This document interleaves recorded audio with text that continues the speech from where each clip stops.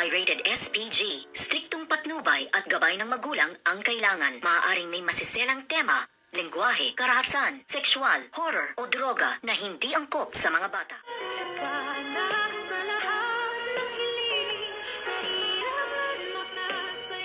Good afternoon and welcome sa aking munting channel. Laking gulat nga nitong siya Zoe nang sabihin nga nitong demonyitang si Moira na mayroon ngang bomba ang sakyan nga nitong si Giselle, at dito nga ay kasama niya doong nakasakay si Doc RJ at si Doktora Annalyn Santos. Sinubukang pigilan nga nitong si Zoe ang kanyang demonyitang si Mami Moira, ngunit sabi niya nga it's too late Zoe. Nandun na sila sa sasakyan ni Giselle at nandoon na nga ang bomba, at anytime ay sasabog na nga ang bombang ipinilagay nitong ang demonyitang si Moira kay Gilbert sa loob nga ng sasakyan nitong si Miss Giselle Tanyag. At agad-agad namang tatawagan nga nitong si Zoe ang kanyang daddy, dahil ang sabi nga niya kay Moira, hindi masamang tao ang kanyang daddy.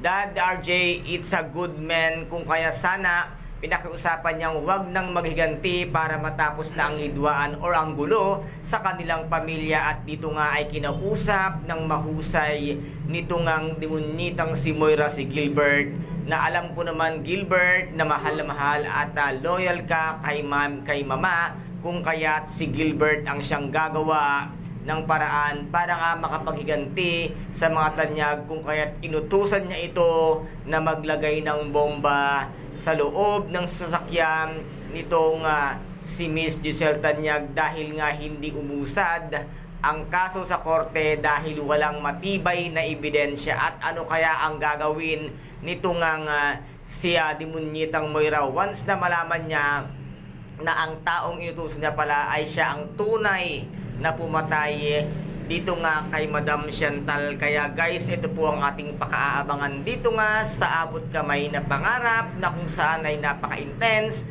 at kapanapanabik ang bawat eksena. At kung nagustuhan po ninyo ang aking videos for today, paki-subscribe na lamang po ng aking channel, paki-like and share para maging update kayo sa lahat ng gagawin kong videos. Maraming salamat po, ingat, God bless and bye-bye!